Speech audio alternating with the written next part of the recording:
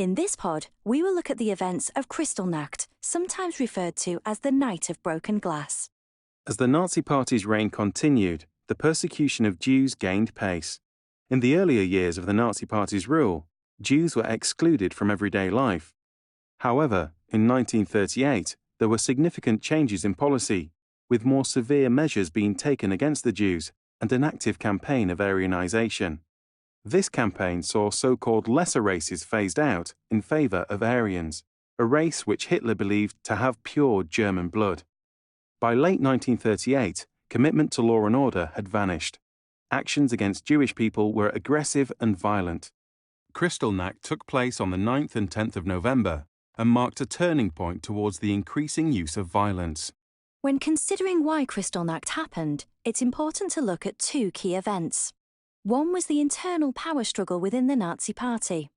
Joseph Goebbels wanted to please Adolf Hitler following a dispute. He knew that Hitler's desire to remove Jews from German life was important to him. Another event was the assassination of the German diplomat Ernst von Rath by a German-born Polish Jew, Herschel Grünspan. Grünspan was living illegally in Paris when he learned that his Jewish parents were being forced to suffer humiliating conditions as they were pushed by the Nazis into Poland. He was so enraged that he promptly visited the German embassy and, when received, shot von Rath. Nazi leadership later used this event to justify the Night of Broken Glass. Kristallnacht was a pogrom, meaning an organized massacre of a specific ethnic group. It targeted Jews throughout Germany and Austria on the nights of the 9th and 10th of November 1938. The attack was carried out by the SA and also by German civilians. They attacked Jewish businesses, homes, schools, and synagogues. Jewish property was destroyed with sledgehammers and burnt to the ground. The police force did not try to prevent the pogrom, following orders sent by Reinhard Heydrich, Chief of Security Police. The fire brigade put out fires, but prioritized those near non-Jewish businesses first. By the end of the night, shards of broken glass covered the streets. Over 1,000 synagogues were burnt, and around 7,000 Jewish businesses were destroyed or damaged. These figures were taken from Heydrich's official report on the damage. However, at the end of his report he noted, "The true figures must be several times greater than those reported."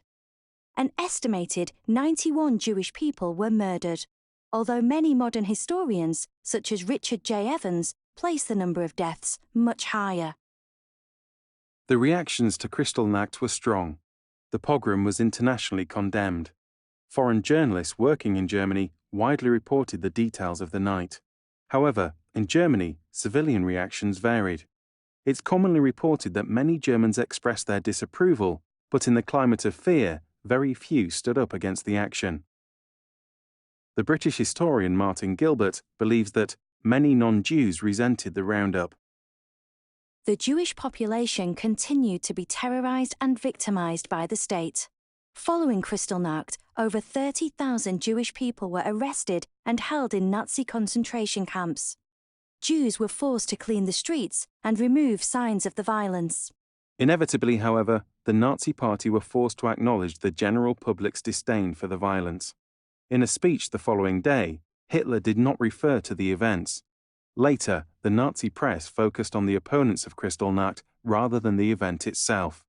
This gave the party the opportunity to portray individuals who had opposed the violence as disloyal.